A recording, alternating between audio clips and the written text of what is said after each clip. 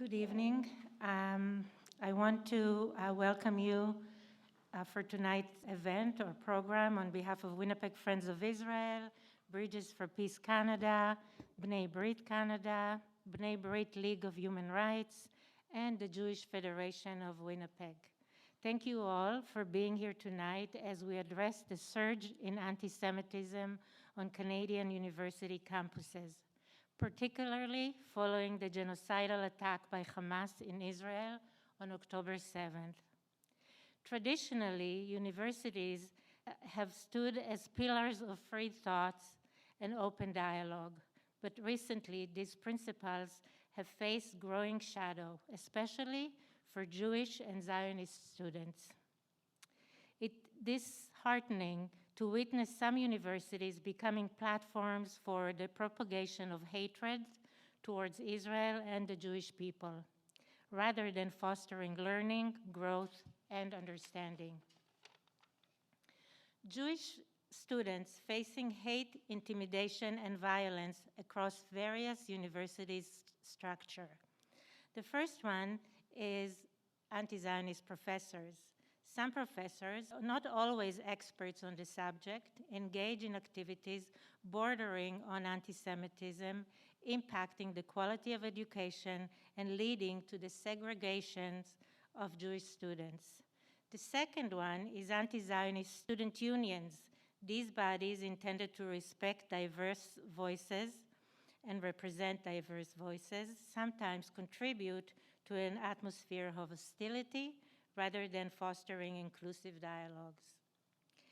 Anti-Zionist student groups, some student groups with questionable funding for their organization, operate on campuses, creating an environment of fear. And the last is inaction by universities.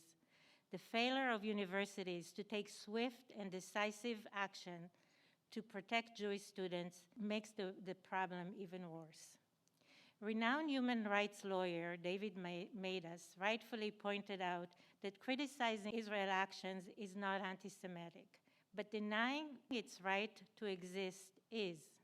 Anti-Zionism, in essence, is a form of anti-Semitism, as per the IRA definition.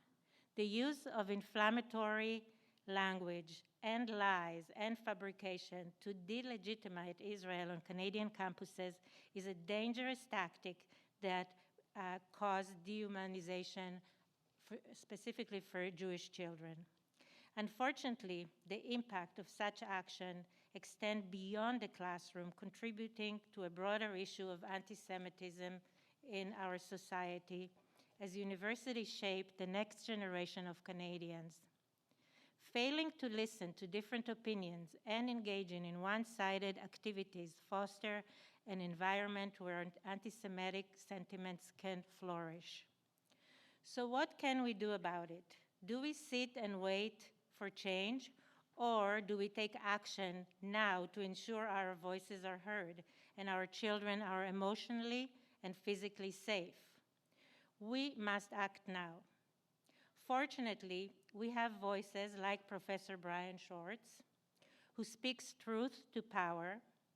Professor Schwartz is a law professor at the University of Manitoba. He has recently published a book, ReEnlighting Canada, addressing why Jews and the Jewish state are increasingly targeted. In the book, he offers law reform to address his long-standing and worsening situation. His book is available online if anybody is interested to read. Professor Schwartz has a doctorate degree from Yale University. He has over 40 years' experience in teaching in Canada. He has been designated as King's Counsel, and he is the author of over 30 books. In a few minutes, Professor Schwartz and Dr. Ruth Ashrafi from B'nai Brit Canada, who I just want to say thank you to Ruth for being so active in addressing anti-Semitic incidents in Winnipeg University. She's been working day and night, I think, for the last 2 months in the universities. Thank you.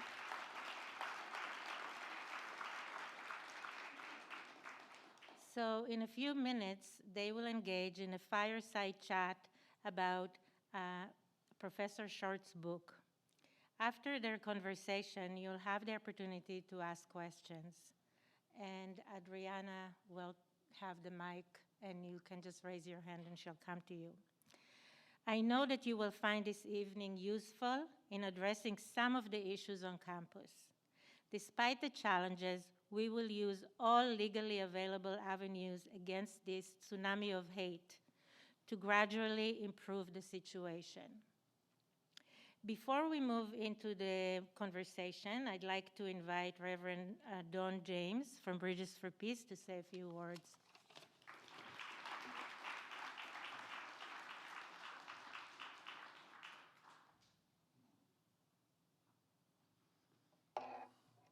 Thank you, Yolanda, and Ruth for welcoming Bridges for Peace as a partner in this venture. I'm delighted to see so many of you here, although I can't see you for this light, but I did see you when I came in. So many here on such short notice. Victoria and I are delighted to be here as part of the Bridges team, along with a number of our supporters. Gary Sergienko, our new national director, is not here tonight. He's in Ontario, building relationships with other Christian Zionist organizations. Bridges for Peace, as most of you probably know, is a group of Christians supporting Israel and building relationships between Christians and Jews in Israel through our humanitarian projects and in Canada and around the world. We consider it a privilege to stand with the Jewish people and with Israel, especially in a time like this, a privilege and a responsibility. We owe you, the Jewish people, a spiritual debt. Without Judaism, there would be no Christianity. And so it is our privilege and our responsibility to stand with you at all times, and we will. We were horrified by the events of October 7th, along with many, many other Christians in Canada and millions around the world. We were also horrified by the events of October 8th and the 53 days since then. Yolanda called it a tsunami of anti-Israel, anti-Jewish hate. I've been using the word maelstrom, but regardless, it's been horrifying on the streets of our cities and especially on campuses. And so we are very eager to support this evening and to learn from Dr. Schwartz about what we can do in this battle. Bridges for Peace is a lot of older people, if I may confess that. And we are very concerned to engage younger generations in our mission. And so this is particularly important to us. I want to just close with a Facebook message that I got from a member of the younger generation today. He had liked something pro-Israel that I put on Facebook. And so I said to him, I'm encouraged that a member of your generation is so engaged on this issue. It's near God's heart. And he replied this, I'm fortunate enough to have had progressive, conservative Jewish friends. Well, there's a handful we could talk about. I'm fortunate enough to have had progressive, conservative Jewish friends who have been to Israel and explained the truth. My professors in university were all post-colonialist theorists and pro-Palestinian. In my second year of university, I researched the Oslo Accords for a term paper. Ever since I learned the PLO Charter's goal was the mass genocide of every Jew in the Levant, I have been concerned by anti-Semitism. The way a certain prime minister and the UN equate Zionism with colonization and genocide makes me physically ill. But thank God there is an Israel and real people working for peace in the Middle East. Thank God there are young people who get it, and it's our task to encourage more of them to get it. So I thank you for coming tonight, and I look forward to this evening. Good evening, everybody. Hi, Bryan. Hello. Okay, thank you all for coming out. Can you hear us okay? Can you hear Bryan? Bryan, say something. Am I audible? He's audible. Okay, so Bryan, before we start, I don't know if everybody here in the audience knows you, because As Yolanda said, Bryan is a professor of law at the University of Manitoba, but that's not enough for him. He also is doing a million other really interesting projects, one of which is Mishpatim, which is a program where he invites law students, Jewish and non-Jewish, from all the law schools over Canada, to go to Israel for a month and to be there as guests of the Hebrew University in Jerusalem. The program is sponsored by the Esper Foundation, and therefore it is not very expensive. And there people learn firsthand what Israel is all about. They hear all these interesting Israeli professors who, have all these brilliant ideas. They live on the campus, they tour the country, go to the Israeli High Court, go to the Knesset, visit all these important places of policy making, a really interesting program. And then, of course, he also writes musicals, because why not, right? So he has published... Someone has to. So he has written a musical, I think it is 4 years ago, Consolation. Consolation, and you spell it C-O-N-S-O-U-lation. And it was actually the story of your life. And you wrote the poetry for it, you wrote the songs for it, and you are working on another musical that we are hoping will go in production very soon. So, and then he writes books, and then sometimes he also practices law, and tonight he is here. So the book that he has been working on it, of course, long in advance of October the 7th, but it was quite serendipitous that it came out now, at this particular time. So it is called ReEnlighting Canada, and it is basically putting the lights back on in Canada. So, Bryan, I want to ask you, I was on campus this afternoon observing and monitoring a pro-Palestinian demonstration. I've done so last Monday, and last Friday we had this infamous teach-in at the University of Winnipeg, with which I am not ready yet at all. Other than that, what is going on campuses lately for Jewish students and Jewish staff? Well, first of all, we have to ask, if we ask this question in 10 years, what Jewish students, what Jewish faculty? At least there's some Jewish faculty left to be harassed and intimidated. At least there's still some Jewish students going to universities. But what's happening now is a product of toxic forces that have been forming and have been visible for a very long time. If people were paying attention, the arc of history is not tending in favor of Jewish survival.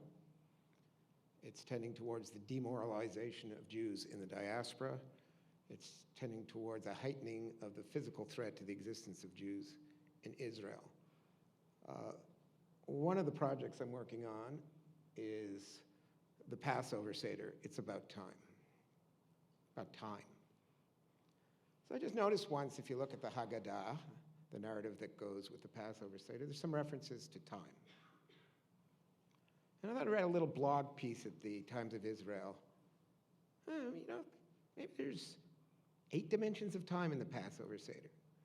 My latest draft was 99 dimensions of time in the Passover Seder. And I talked about Jewish time, which means late.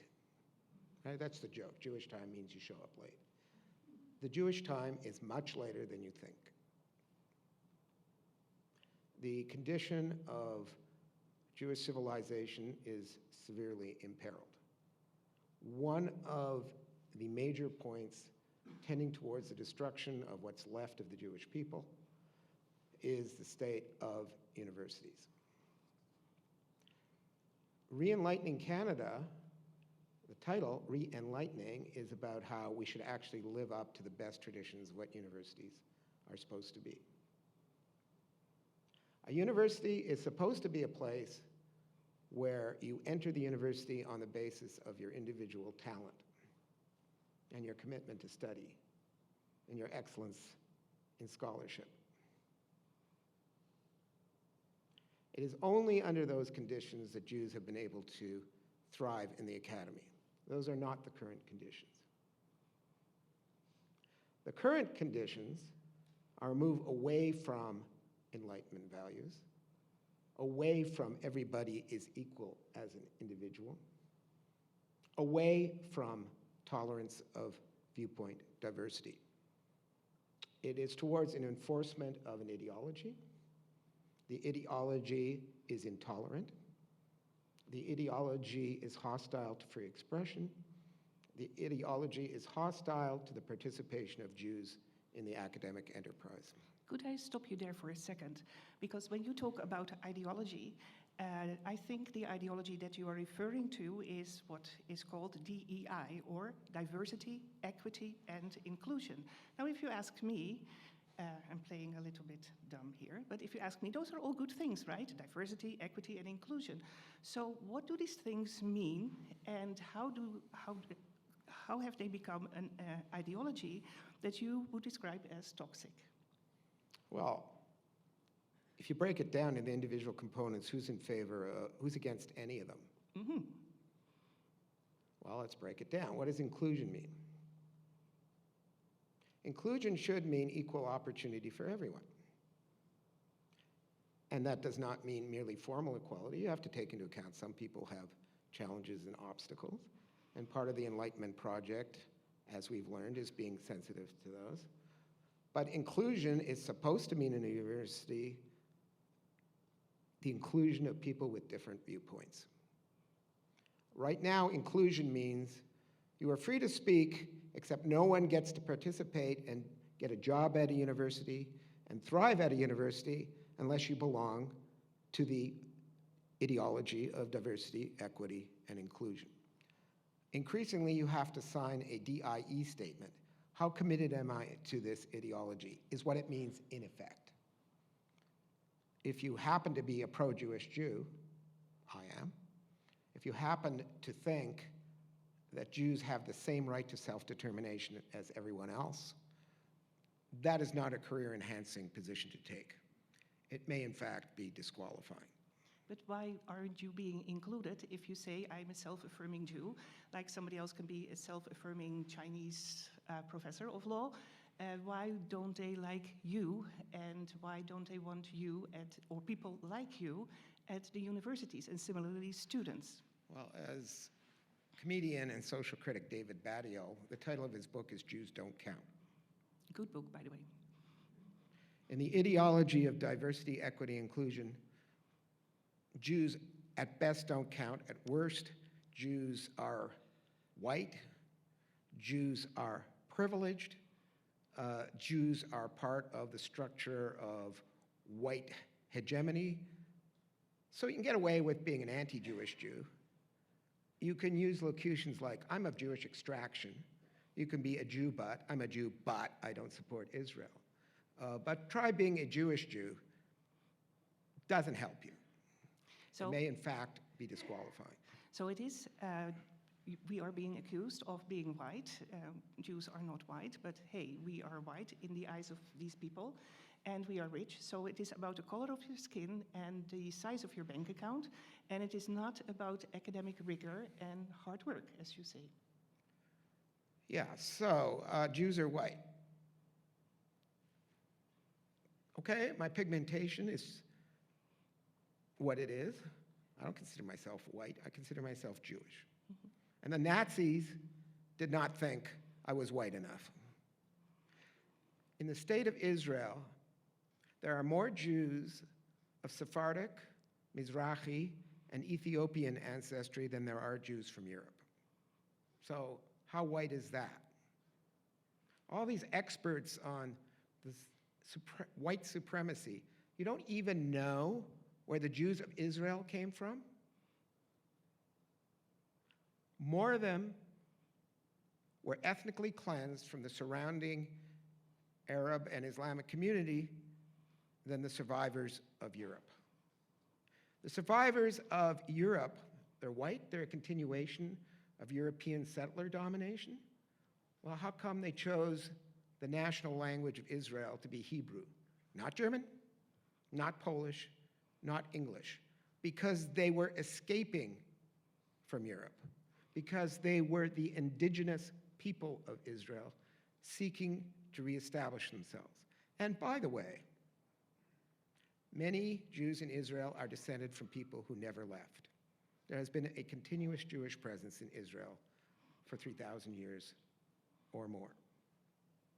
If you want to follow a cartoon ideology of dividing the world by groups, You're this or you're that. You're racist or you're anti-racist. Ideology of DEI, oh, you're free to lump somebody who's born with Japan with somebody who was born in South America, with an Ethiopian Jew, if you acknowledge the existence of Jews, which DEI people tend not to in any kind of positive way. I don't know, that sounds pretty racist to me. Whatever happened to the Enlightenment ideal that first and foremost, as Martin Luther King said, we judge people by the content of their character, not the color of their skin. So it is not helpful to be Jewish anymore, but you can be portrayed, caricatured, dismissed as part of the rich folks, the privileged folks, the white folks, and everyone has a right to self-determination except the Jews, because that's toxic. That is the ideology of diversity, equity, and inclusion. Could you give some really concrete examples of that you have experienced yourself or that you know that Jewish students have experienced at the university? So what does it boil down to in practical terms in real life? Well, what are the things that you have encountered? Naming no names, but... Well, we don't have enough time to do the catalog. Several years ago, my union, which I'm compulsorily belonged to contribute to and acts as my only exclusive representative, all of a sudden brought a motion that my union would oppose the IRA definition, the internationally accepted definition, of anti-Semitism by anyone, anywhere. All of a sudden, they would say, as he would say in Hebrew, tzadikim for free speech. They were so worried that this anti-Semitism initiative was going to infringe on their free speech, they were going to oppose the use of it by anyone, anywhere, which would have included the Prime Minister of Canada, because the government of Canada has adopted the IRA definition. It would now include anyone propounding the official position of the Manitoba legislature, which unanimously adopted the IRA resolution as a non-binding concept.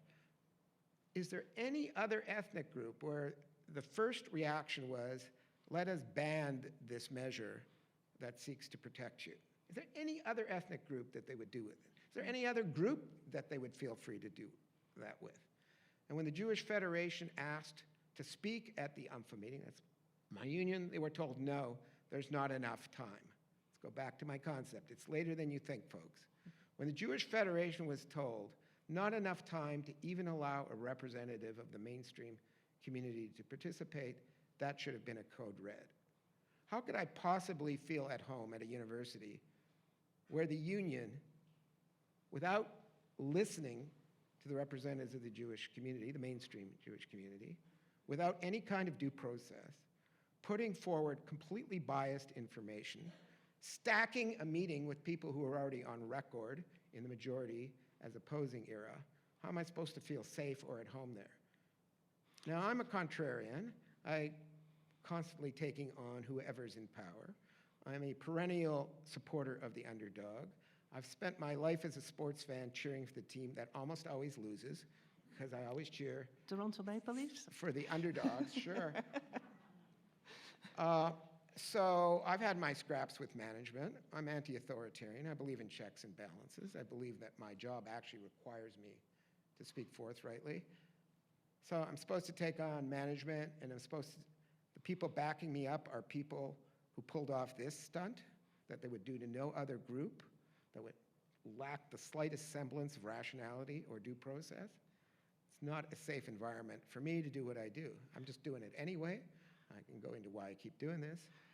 But well, when I'm listening to you, I was thinking about a book that you mentioned earlier, John Badial, and Jews Don't Count. You should really read the book, because in a similar situation, this was now about Jews and the definition, the IRA definition of anti-Semitism. But just think for a moment that it would have been Asians and the definition of Asian hate. And then you talk, the faculty union talks about us, Jews, without talking to us. So in the case of another minority group, how would they have gotten away with it, talking about Asians without talking to Asians about Asians? So, but for Jews, as John Badial says, Jews don't count. And the example that you give is a pretty good illustration of that. Same thing, by the way, happened at the University of Winnipeg. And I'm in a very difficult position that I'm a strong supporter of free speech. So if you ask me, should you be able to have a university position and selectively condemn Israel? Yeah, I believe in academic freedom. I'm quite a maximalist on academic freedom, so I've said so in my book, yes.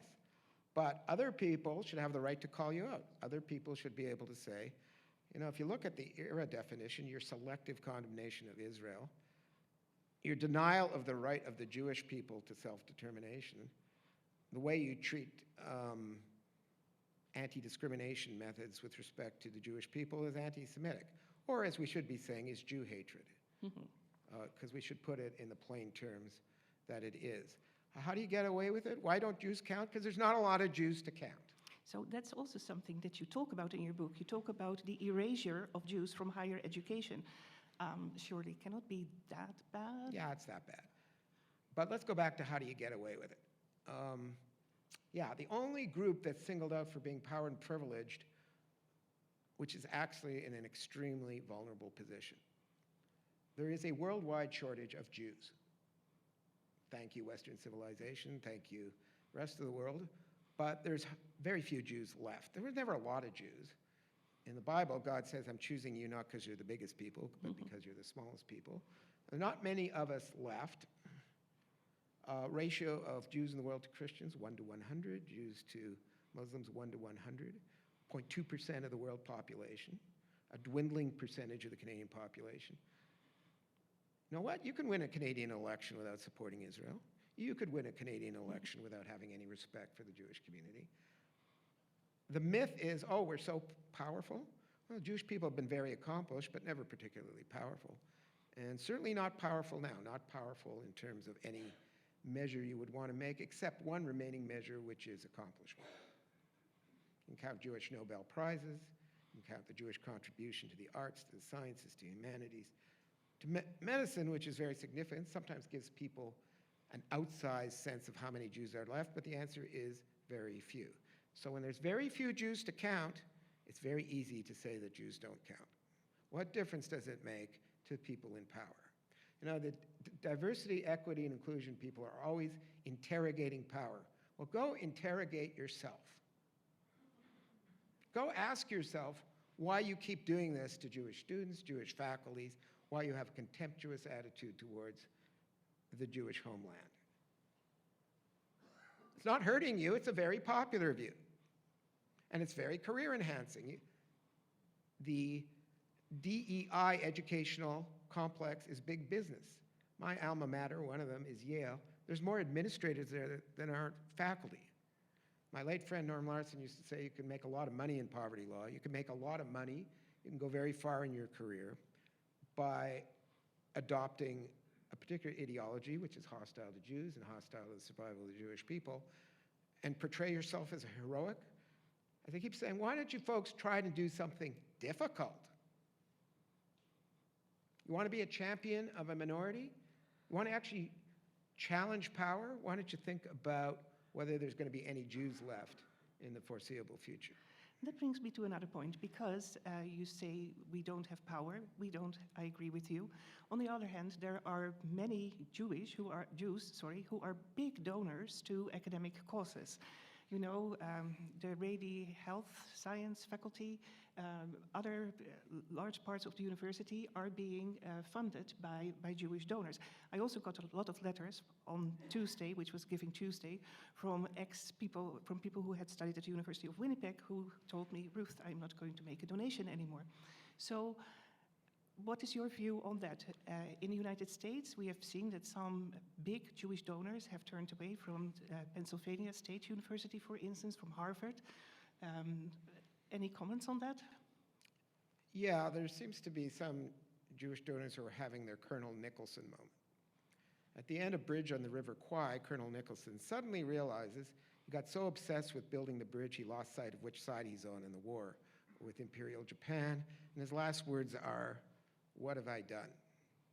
I have no question about the good faith of Jewish donors who have given to universities in the belief that it's a place where there's intellectual pluralism, that are promoting academic excellence, that are seeking to improve the conditions of humanity. This is all admirable. But what they haven't realized, and I don't know how many of them have yet figured it out, is what's actually going on in the universities. You went to a university, you were a successful lawyer or doctor. Do you think your grandson or granddaughter is going to be able to pass a DEI ideological litmus test? In fact, the very things that you did in your life, you struggled against discrimination, you struggled against obstacles, you became a highly successful business person, you became a highly successful doctor, you became a highly successful lawyer. Do those conditions exist for your grandchildren? You got to sign a DEI statement. Oh, let me see, my struggles in life are, oh, geez, this is embarrassing. I'm Jewish. Let's see, went to a Jewish summer camp. I volunteered in Israel for some good cause. I got to admit, my family's fairly prosperous. Not helping you. Mhm. So where do you think your grandchildren are going to thrive in the same way that you thrived? And by the way, where's the next generation of Jews coming from? In the city of Winnipeg, it should not be financially challenging to be committed to Judaism. It should not be a challenge for a family to have to pay a large part of their income to send their kids to a Jewish day school or to maintain a kosher lifestyle or belong to a synagogue. So my suggestions, Jewish donors should think in terms, to some extent, of Jewish specificity. In other words, there's lots of people who can contribute to universities. Governments of China and Qatar are doing a fine job. You could spend some of your energy and goodwill on ensuring that there's actually a vibrant Jewish community that's going to persist in the century that we were living in. Another suggestion I would make is there should be a certification called free universities. Jewish donors should only give to universities that are free universities, which means that they believe in free speech, that they hire on the basis of academic excellence and not ideological conformity, and in which Jewish students, like any students, can feel comfortable learning and not living in a hostile and demeaning environment. That would be voluntary, but people would get together, define the certain parameters of what a free university is, and Jewish donors would commit to only contributing to Jewish universities. The reality is the universities will do just fine without Jewish donations. Anybody who thinks that the leverage that Jewish donors have will decisively turn the tide, I think, are mistaken. It would take a much bigger effort than that. Some of the reform is going to have to come from the democratic process. Legislatures, my book proposes a number of ways in which legislatures could reinsert Enlightenment values. Freedom of speech should be guaranteed in our human rights codes, just like individual equality. Individual equality should be the primary thrust of anti-discrimination laws, not guaranteeing equality of group outcomes. So government has a part to play, but I think the Jewish donor communities should, number one, think about where the next generation of the Jewish community is going to come from, how people can grow up being affirmingly Jewish in the times that we live in, and the extent that they give to universities, they should only give to what I would call free universities. You know, in the Middle Ages, at the free universities, they were free, right? You could challenge the existence of God, you could challenge the Roman Catholic Church. It's one of the things that led to the Enlightenment. I don't know if there's more or less freedom in 2023 in the academy than there was in the Free University of Bologna 600 years ago, but there should be. Okay. Yeah, you kind of answered my last question. In the midst of these dark times, you propose a path to a lighter future. We have to re-enlighten Canada with the values of the Enlightenment, hard work and free speech. You mentioned already a couple of steps that can get us there. Anything else that you want to add? Sorry, about which question? Steps to get us out of our misery, basically, out of our current situation. Well, invest in Jewish let's go back to education. Jewish community. Let me ask you this question, folks. Why? Why be Jewish? It's not easy. Like I say about the winters in Winnipeg, they're character enhancing, and at some point it's enough character already. It's not easy to be Jewish. It never was. It's difficult. You have to fight the demoralization of the beautiful people in the wider community demonizing you. The Jewish community is constantly embattled. Here, the survival of the state of Israel remains, as a physical matter, in question. Some of the reasons you should think about being Jewish, and even in Israel, there's no compulsion about being Jewish. You don't have to believe in God to be an equal citizen of the state of Israel. Doesn't help. Religious coercion is a really bad idea. The only way Judaism survives is we convince each generation that there's something about it that you want to do. Why would you want to do that? One of the reasons you want to do it is the very reason, opposite of the reason we live in this toxic culture. Because it turns out the human condition is fundamentally scary. It doesn't matter if you have material success, you got a nice career, everybody loves you. You will die, everybody you know and everything you love will perish. You're still going to have to deal with the question of why you're even here as an individual, why this little rock at the outer reaches the Milky Way is here. What are you doing here? A few people can live with the radical existential anxiety. Most people want and need some meaning to their life, need to belong to something bigger, something more enduring. People are naturally religious. They want to belong to something bigger, something enduring, something that gives them a sense of purpose, some sense of justice, some sense of order. Well, that's what we've been doing with Judaism for the last 3,000 years. Judaism is a certain stylization of life. It's an attempt to give a shape and meaning to our existence. The Jewish baby is born. There's a ceremony for that. Somebody passes away. There's prayers that we know, that are familiar. There's a Shiva ceremony to comfort the mourners. We're not so sure about the afterlife. Judaism, there's lots of questions as well as answers, but there are contours to your life. There's a framework. Jonathan Sacks wrote about that his life, he thought of himself as writing one more page in the Jewish book. People came before him and wrote pages. He's going to leave a page that people can read after him. My musical consolation was an attempt to add one more song to the Jewish songbook. It was an attempt to actively deploy the Jewish tradition to make my own statement. And hopefully a statement which is connected to the past and somebody in the future will read and will have some resonance. So you belong to something bigger yourself. And let me tell you, the Jewish religion is a lot more tolerant than the woke religion. What's the first thing Abraham does? Just about the first thing? First Jew, he argues with God. In the Jewish Bible, nobody is portrayed as perfect. The heroes are all flawed. There's a prophetic tradition in which people speak truth to power. King David, David Melech Yisrael, a flawed character to say the least. And he's brought up by the prophet Nathan. And he's criticized. He's not portrayed as a perfect person. Nobody has all the answers. Everybody is struggling. What is the Talmud? The Talmud is a record of debates. There's a saying, 2 Jews, 3 opinions. There's a good-natured book about the nature of Israeli society which says, let an Israeli talk long enough, uninterrupted, he'll start arguing with himself. The woke religion doesn't have that kind of tolerance. The woke religion is a substitute for many forms of religiosity. But wake up to the woke folks. You know, you're afraid of traditional Christianity? Who are your friends now? You're afraid of, you don't want to really be Jewish because it's some kind of rigid doctrine?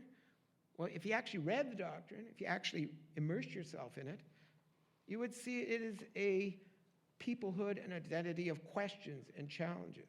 I wrote an article in the Times of Israel about Ecclesiastes, Kohelet. Kohelet, it reads pretty much like a 21st century existentialist. The book of Job is about a human afflicted who is challenging the ways of the supreme creator of the universe. Talmud has lots of questions. There is this myth that all religions believe the same thing. They don't. And I'm not saying what's better or worse. I'm saying there's such a thing as a specifically Jewish identity, a specifically Jewish set of texts, particularly Jewish way of looking at the world. You Yeah. can take it or leave it, but your children and grandchildren should know what it is. Wokeism is all about throwing around abstract language. The Jewish tradition, one of the things that kept it moored in sanity is all those debates discuss the big concepts using practical examples. If you read the Talmud, it's not, what's the distinction between light and dark? It's when do we light the candles? So you're testing all the big ideas in a concrete context. I was in Israel when Rabbi Adin Steinsaltz gave a speech on his 70th birthday, and he talked about the fundamental sanity of the Talmud. And what he meant was, we don't get lost in abstractions, like the woke movement, good, bad, these oppressed, the victims. We think about things in concrete terms, and we argue about them, and we realize life is very complex, but we don't give up. We try and give a form and shape to it. That's what the Jewish tradition is. And I think there's a lot of value to it. I have found being Jewish terribly difficult in all directions. I'm finding it more difficult than I ever have in my life at this moment. I'm not sure we survive, but it would be a terrible loss if we don't, because there's a specialness, not better or worse, but there's a distinctiveness, an identity about the Jewish people, which I think in this crazy world, some people are still going to want to belong to. My vision of tradition, light, and hope for Jewish education was connect Judaism to whatever you're doing. You want to be a doctor? Find out what Judaism had to say about the human body. You want to be a physicist? Find out why so many physicists are of Jewish origin. Now, Einstein did not believe in a supernatural God, but he sure believed there was some sort of intelligent creator. In fact, at one point, one of his fellow physicists said, Albert, stop telling God what to do. In other words, you should be guided by experimental results and not believe that everything makes sense. But the idea that makes sense is a distinctively Jewish idea. So, why do it just because your parents did and your grandparents did it? My late father-in-law, Philip Wise, once told me that he lost faith after the Holocaust. Philip was, by the way, we just brought out the second edition of Philip's memoirs this week. It's called Humanity in Doubt, second edition. You can get it in print on demand from Amazon. So Philip said he lost faith after he graduated from his 5th or 6th concentration camp. He was at the same concentration camp that's depicted in Schindler's List. And then he said to himself, well, I've seen the terrible things that humanity can do with religion, and I've seen what people do without religion, and it's even worse. Now, communism may not seem like religion. It is, and you can see its destructiveness. Wokeism, no doubt wokeism has an overlap with things that every reasonable person should believe in, non-discrimination and so on, equal opportunity for everybody. But wokeism, make no mistake, as practiced, is a religion, and like many religions, it's anti-Semitic. I'm pro-Semitic. I'm pro-Jew. I'm not of Jewish extraction. I'm not of Jewish background. Jew, Yid, Yehudi, that's who I am. And the fact that so many kids on campus now are saying things like, I'm of Jewish extraction, I'm Jewish background, I'm Jewish, but what a pathology. You want to not be Jewish? Go ahead. You want to leave the team? Go ahead.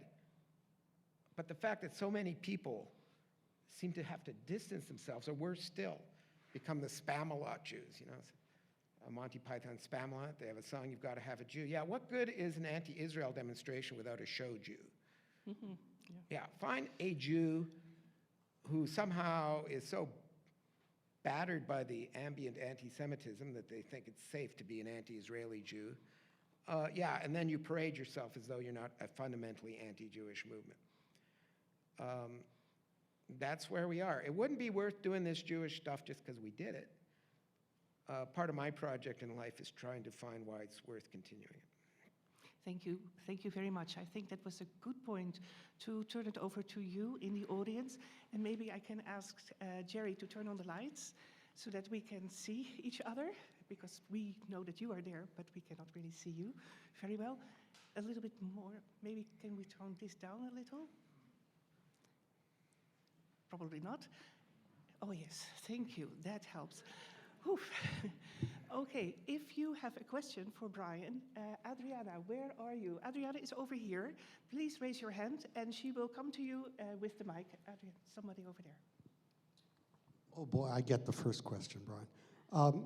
Well, we read today in the Free Press about a University of Manitoba nursing student who's been suspended for a year for overtly anti-Israel social media posts. And I applaud the university. I'm actually shocked that a university took steps. Do you think that, with particular reference to the University of Winnipeg professors, I don't know, Ruth, whether you've investigated their social media posts, but if they're also guilty of the same kind of acts, would you recommend to the University of Winnipeg, or any other university, that they follow suit what the Faculty of Nursing did? Okay, I can't give an answer to that specific case, because I think being responsible means knowing all the facts before you give an evaluation. My starting point is I believe in free speech, I believe in free expression. So I would want to have a very good reason why posting an opinion has professional consequences. The mere fact that you might have a vehemently anti-Israeli position, I still have to know more, right? I would want to know whether you're making the kind of statements that indicate that a Jewish patient wouldn't be safe with you, for example. So merely having non-conforming political views is not enough for me to be professionally disqualified. I say that in my book.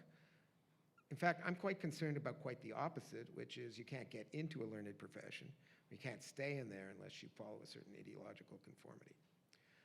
I have this, maybe at this point it's an article of faith, that if we had an atmosphere of free discussion, the Jewish cause would actually do quite well. If people were actually informed about realities, and I've tried to review some of them in my talk, right? This is what Israel is a European settler state, suffers from the fact that none of it is true. And if you had an atmosphere where students could hear different points of view, I believe ultimately, not in the short run, but in the long run, I don't know, if I have any optimism at all, it's ultimately that truth will do okay in the long run. That if people actually lived in an academic environment where they heard different points of view, that the cause of Israeli survival is a just one, and that Jews have a lot to contribute to the world and have contributed a lot to the world. I don't believe that's the atmosphere in which I live. I've told you about the atmosphere in which I live. I do my program in Israel, and believe me, we don't just have professors. We have all kinds of people from all different kinds of backgrounds, and some of them are very critical of Israel. We've had people from Bedouin villages who are Bedouin rights activists very critical of Israel. I've had Arab East Jerusalemites. I've had lots of rather far lefty Jews who are very critical of Israel. I embrace it, I welcome it. The point of my program is not to try and indoctrinate anybody in anything. It's to try and get people to go out there and see for themselves and hear many different viewpoints and have an environment in which people feel free to ask questions, express themselves, and no extra marks for agreeing with me, no extra marks for agreeing with the government of Israel. In fact, last time I was in Israel, at the start of my program, I engaged in I was in a demonstration against some policies of the government of Israel. If you had a free academic environment in which people could actually learn about the history of the Middle East, I think the cause of Israel would do well. Okay, I keep hearing, pardon me if I'm going to go on a bit longer. You want to talk about, settler imperialism?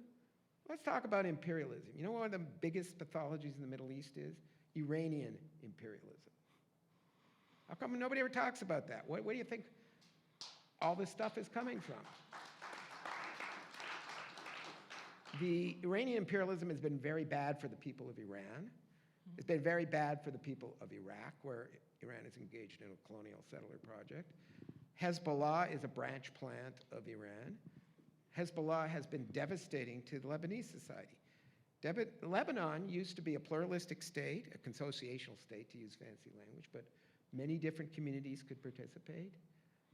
It was prosperous, it was free. They used to call Beirut the Paris of the Middle East. What has Iran done, what has Hezbollah done to Iran? Anybody ever hear a university prof talk about Iranian imperialism? Or the Iranian project, which is to destroy Israel? Ever heard of Russian imperialism? Ever heard of Islamic imperialism? In terms of the course, the trajectory of world imperialism, about the least imperialist religion you can imagine is Judaism.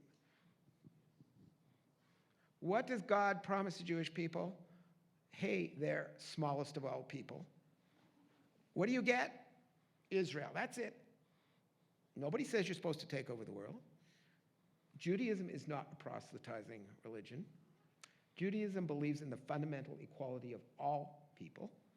Judaism always expresses the big ideas through concrete examples. So the idea is Adam and Eve are the forebearers of everyone, which means everybody ultimately has the same ancestors. Judaism never said you're a lesser person because you are not Jewish. We talk about the Passover Haggadah. A lot of the heroes are non-Jewish. The midwives are probably not Jewish. Moses gets a lot of his religion from his father-in-law, not Jewish. What do we want? We want to be a light unto nations, and could we survive in our own homeland, which is Israel? We're not telling everybody else what to think. We're not telling everybody what else to do. We're supposed to lead by example. And what do we get? A tiny fraction of the planet, which is Israel. And Israel, from the outset, accepted the two-state solution. The Declaration of Independence of Israel, in the shadow of the foreseeable and known fact that the surrounding Arab states were going to invade it, the Israeli Declaration of Independence says, we want the existing Arab population to stay, we will give you equal civil and political rights, and we want to be friends with our neighbors.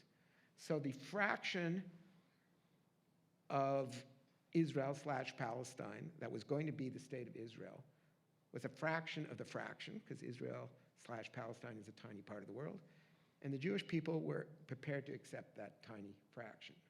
The folks who didn't were parts of the Arab population and the surrounding Arab states who invaded Israel and tried to destroy it. So, but if I can interrupt you, because we got away a little bit from the question. Sure. And I think that there are other questions in the audience. So who else wants to ask a question? Please raise your hand. Don here, Adriana. I don't know where Adriana went. Don wants to ask a question.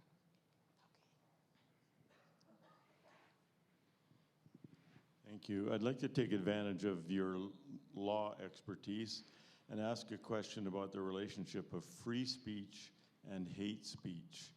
It's my assumption that there's something illegal about hate speech and that there's something mandated by human rights declarations about free speech.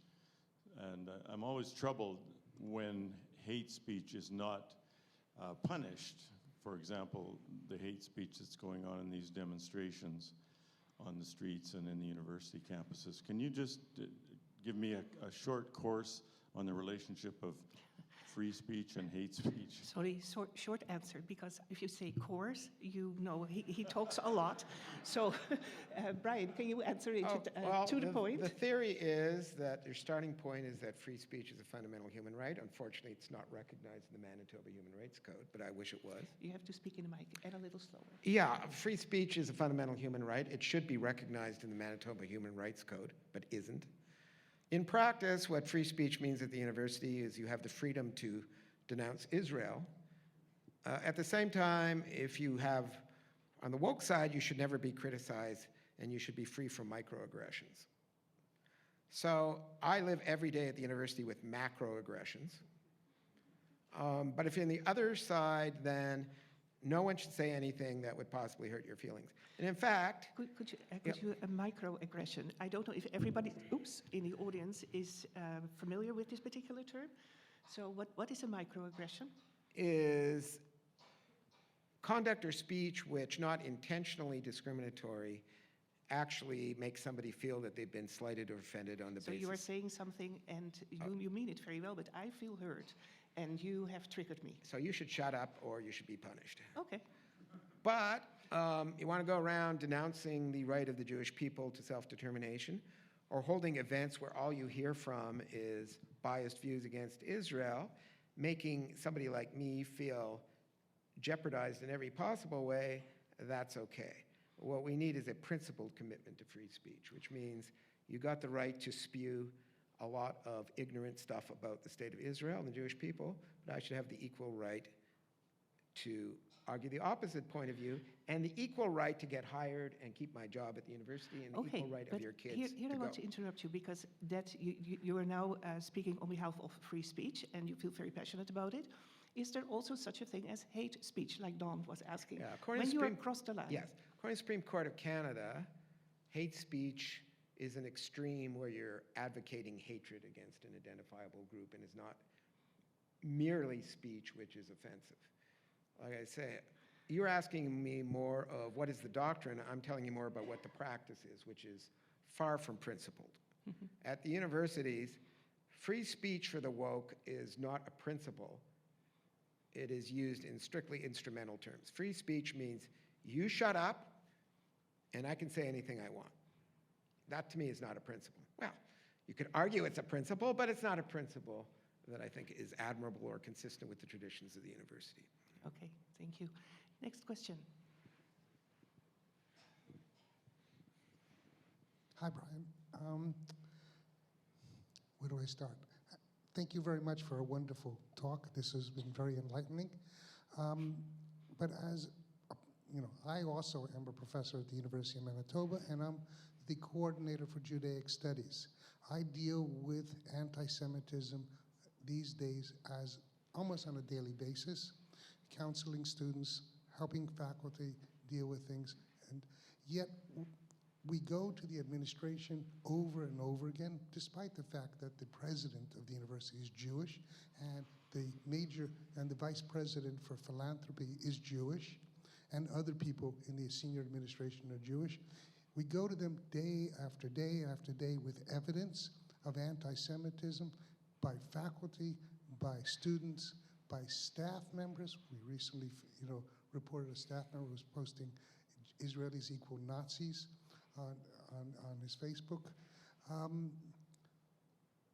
We have a tone-deaf administration. So what kind of tools can we use to change things? So the book argues that government should legislate in favor of free speech. It should legislate that universities have to act like universities. It would legislate against ideological litmus tests. For example, the legislature of the United Kingdom has passed a Higher Education Free Speech Act, where they actually have officers in place at the central government level, and every university has to have a bureaucrat who's in charge of free speech. Institutionally, there's anti-discrimination officers as DEI officers, and empirical studies show, Heritage Foundation did a very alarming study of what the actual attitude of diversity, equity, inclusion officers are. If you look at their social media, extremely hostile to Israel. So there's a bureaucracy which in practice is largely staffed by people who are hostile to Israel. And by the way, if you look at the latest draft of the university's DEI policy, doesn't mention anti-Semitism, doesn't mention Jews, because Jews don't count. In terms of the future, there needs to be institutions, there needs to be clearly spelled out policies at the university. Not vague stuff, but very specifically. You cannot impose ideological litmus tests on the admission of students. You cannot impose ideological litmus tests on who you're hiring at faculty. Instead, we're going the opposite direction, where the institution is increasingly geared up in the woke direction, in a direction that is hostile to the presence of Jews and is hostile to Israel. So you have to think not in terms of principle. I was saying in response to the last question. People talking about principles, think about the realities. DEI is a big business. The woke educational complex is a big business. You can make a lot of money in it. You can do career advancement. The institutional structure has to change. So I've made some suggestions about that just now. In terms of the Jewish donor community, my suggestion is think about where the next generation of Jewish students is coming from, and only give to universities that are free universities, which would have to meet some of the criteria I just defined. It could not be a place where there's ideological litmus tests to be hired, ideological litmus tests to be admitted, and where Jewish students are not subjected to constant harassment. Okay. Maybe Hi. the next question. Yes. go ahead. Professor Schwartz, 20 years ago you taught me law at the University of Manitoba. You taught me a class in the legislative process. I loved your class, and I loved going to it every week, and I won the award in your class. And then after law school, I worked in the Manitoba legislature, and since then, over a decade, I've taught law at many, many schools, university, and college. You have changed the arc of my life, and I'm sure many others. And I want to personally thank you very much. You inspired me every week, and law can be hard, and it can be challenging, and you were great for me. Thank you. You did a good job, Bryan. You do have a purpose. Well, thank you for saying that, because believe me, I'm not getting a lot of positive affirmation lately. You were just wonderfully inspiring. Professor Schwartz, something I learned while at the law school and I've taught my students is a case of R.V. Keekstra. Mr. Keekstra was a teacher who spewed anti-Semitism to his students and Holocaust denial, I believe in Alberta. He was hit and charged under the criminal code because of hate speech. He argued under Section 2 of the Charter of Rights and Freedoms, he had freedom of expression to deny the Holocaust. And it went all the way up to the Supreme Court of Canada, which said basically, yeah, you do have freedom of expression. However, there's Section 1 of the Charter, which is a limitations clause. And just to quote the Charter, because maybe nobody knows it verbatim, limitations clause places limits on your right to freedom of expression and other rights. And it says reasonable limits prescribed by law that can be demonstrably justified in a free and democratic society. Professor Schwartz, I have so many questions for you, but one is, why aren't there reasonable limits placed on these people spewing anti-Semitism at campus?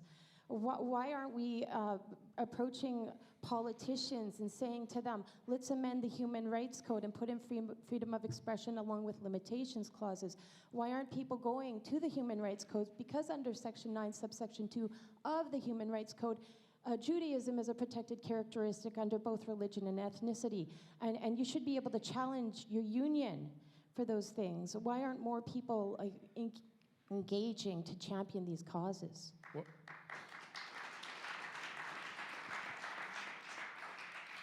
Well, the disease is partly the reason it's difficult to remedy. It's scary.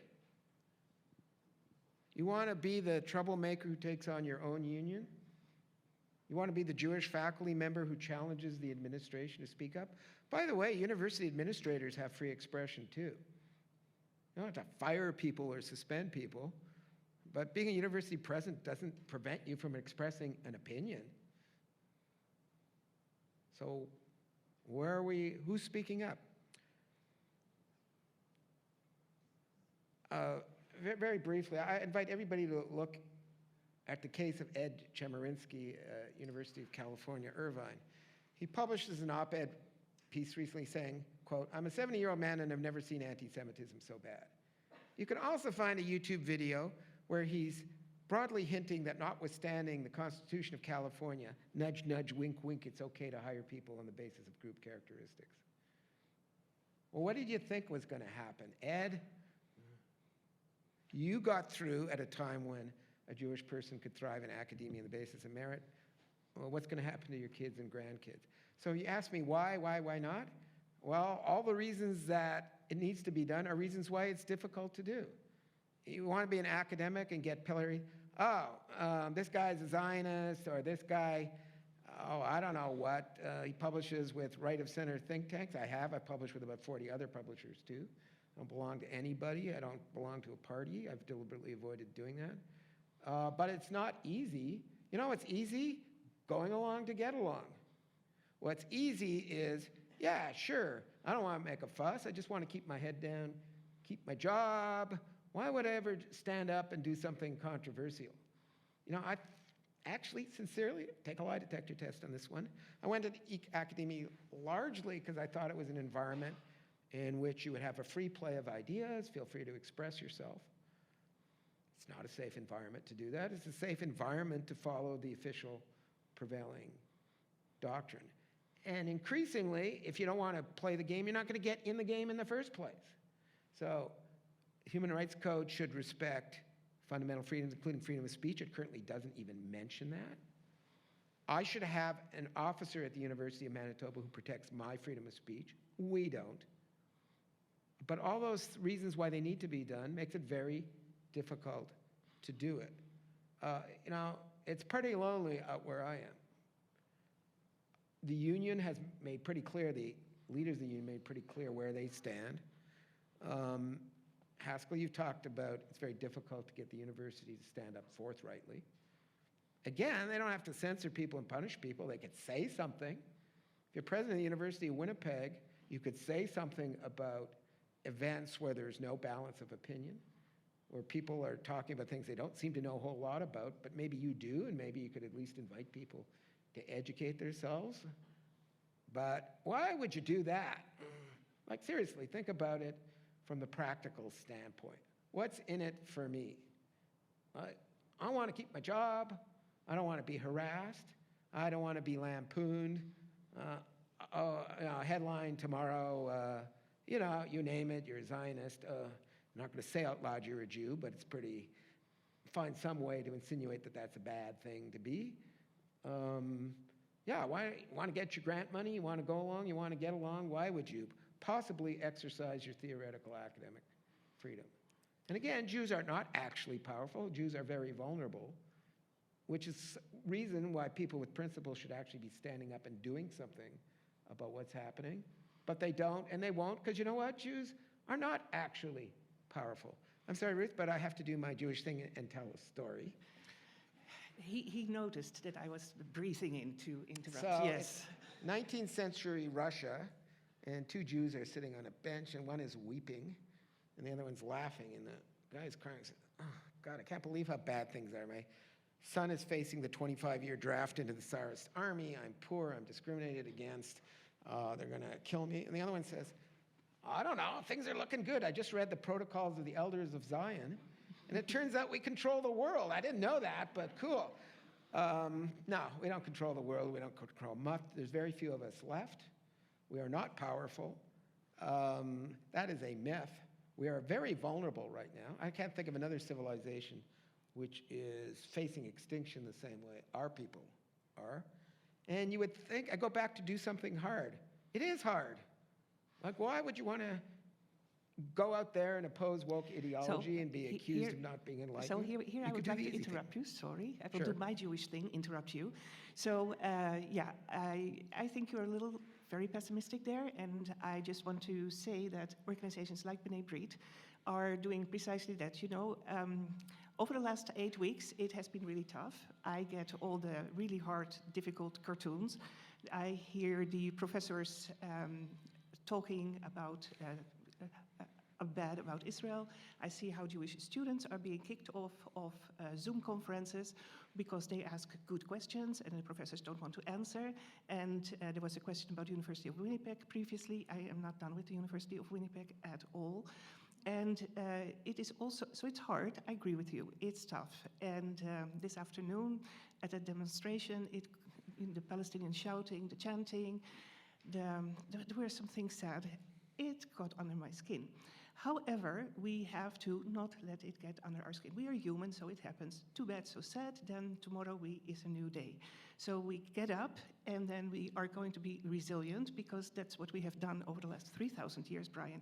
We get up, we are going to be resilient, and like you have been, by the way, this is not criticism, don't misunderstand me here at all, because all the stuff that you have done and that you keep doing, despite all the difficulties that you have described tonight, I think it is amazing.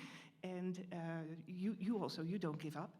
So we are not giving up, and we are holding people to account. That is the thing, the tool that we have at B'nai B'rith, at Jewish advocacy organizations, as Jews, also the organizations, but you guys as individuals, to hold people to account. Very often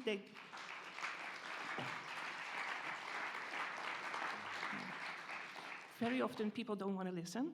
Sometimes I do not get replies from university presidents. I am not giving up. I can be a very relentless person if I want to, and they have found that out. This is our tool. We just don't give up, and we keep going, and hopefully, I don't know how, from that perspective, I'm not so optimistic, but hopefully things will turn around somehow. And if not, okay, then this is what it is, and we'll deal with it. So maybe the next question. Yeah, I would like some clarification on the efficacy and purpose of the IHRA definition of anti-Semitism. Now, this is apparently has been adopted by Canada and Manitoba, and there are plenty of examples of manifestations of anti-Semitism as described in the IHRA definition of anti-Semitism. Why can't it be used in the in criminal prosecutions of promotion of hatred?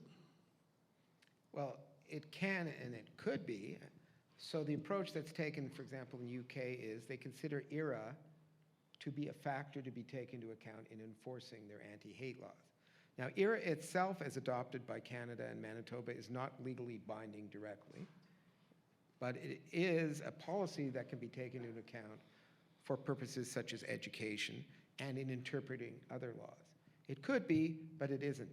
By the way, you know who else adopted the IRA definition? The World Council of Imams, which I believe is the largest Muslim organization of Muslim clerics in the world. They adopted IRA, and all credit to them for doing that. And also, if I may say something, it really helped me this morning. When I read yesterday evening, I found out about a letter that Obi Khan had written.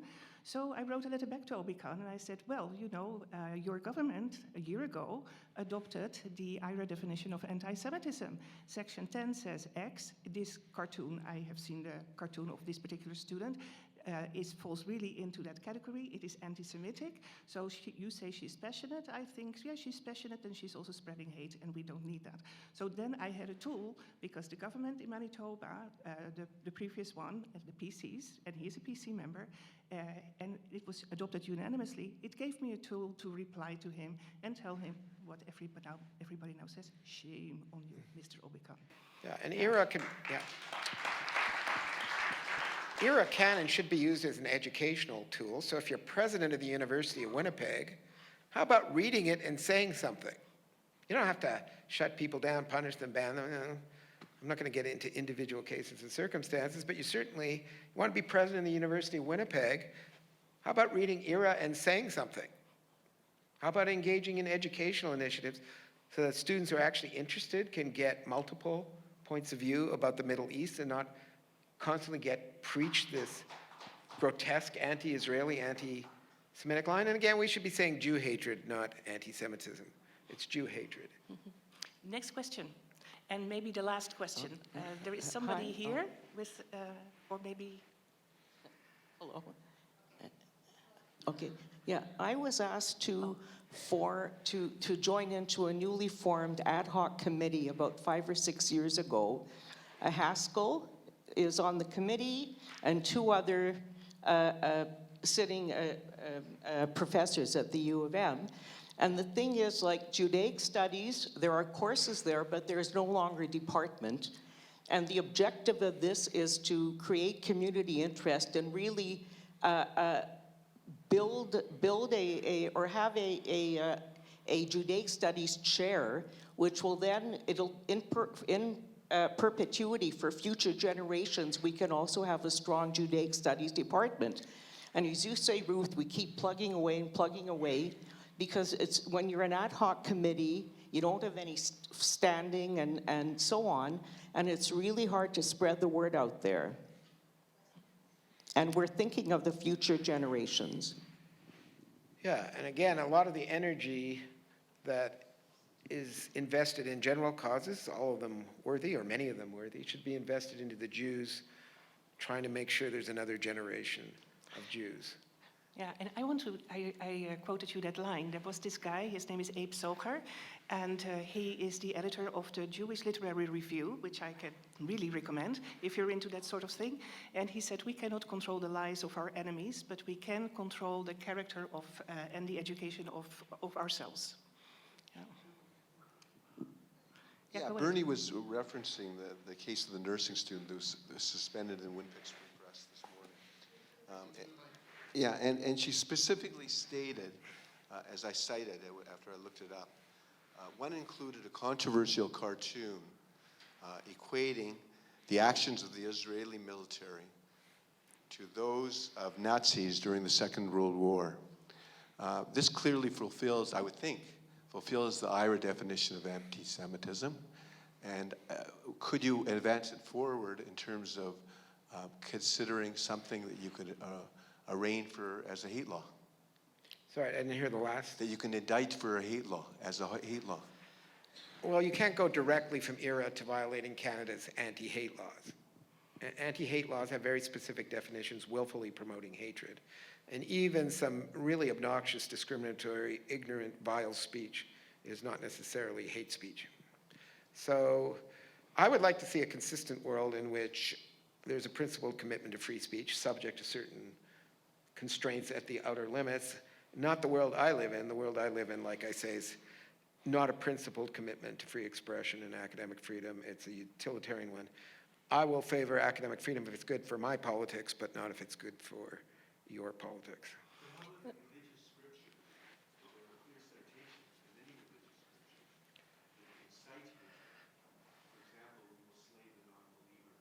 Yeah, well, that's one of the...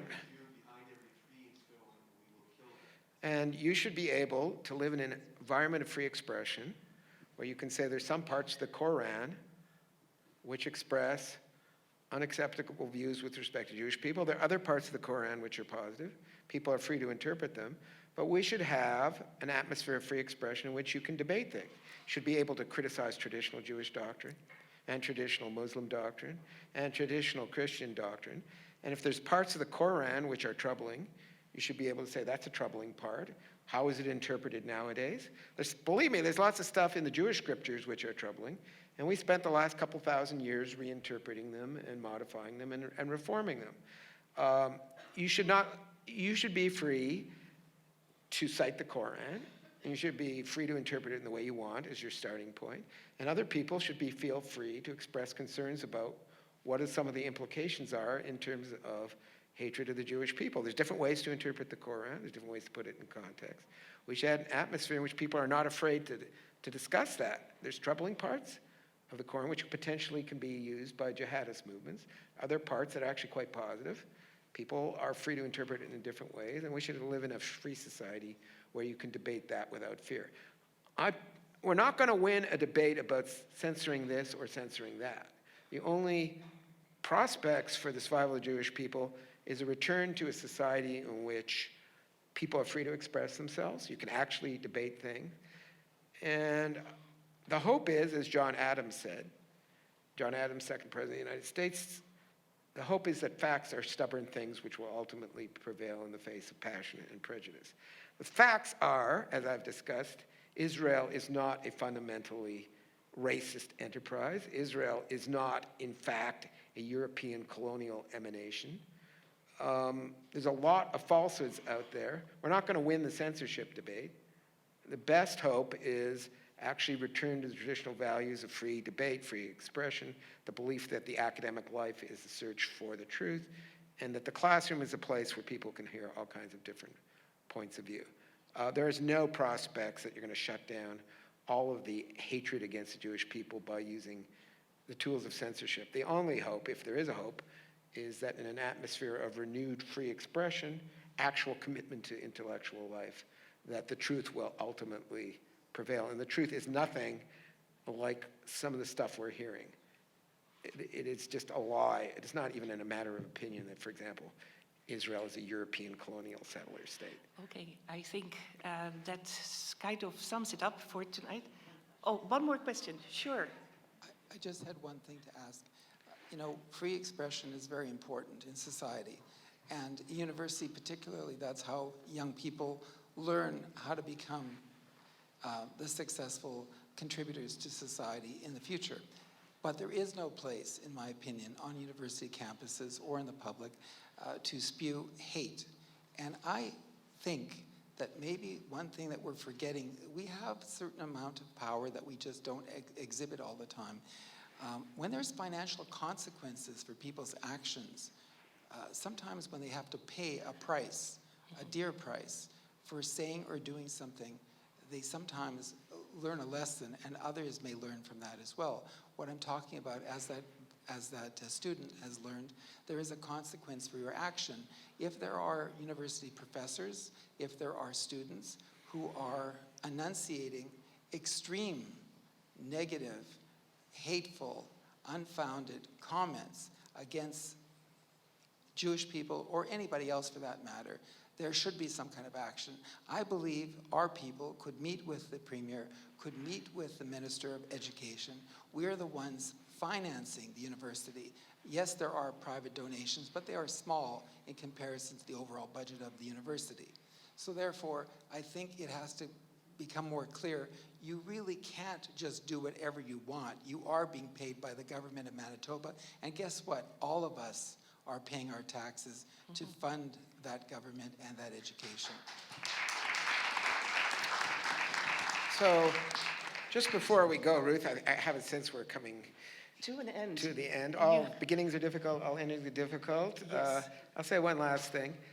As I said at the beginning, I spent my life trying to light candles as well as cursing the darkness. As a Jewish person, I have spent a lot of emotional energy playing defense. I'm trying to do a lot of positive stuff as well. So you're just hearing a fraction of what Bryan is doing. You can visit my website, sacredgoof.com. Free downloads of my musicals and stuff. You can read my Vision, Light, and Hope vision for Jewish education. You can read about the Mishpatim program. I just wish to live in a world in which, as a Jewish person, you could devote your energies to Jewish continuity in a positive way instead of constantly being on the defensive, which is where we are right now. Great way to end the evening. Thank you guys so much for coming out.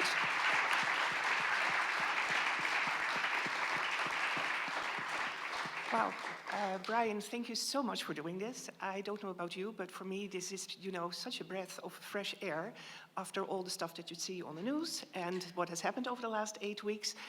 It is difficult stuff that you talked about, and how hard it is to remain standing in this environment. But at the same time, I think I'm speaking on behalf of everyone. We have learned a lot from you tonight. And everybody, read Bryan's book. Do check out his website. He has many brilliant ideas, many brilliant programs. And just thank you for coming, and have a safe ride home. Thank you.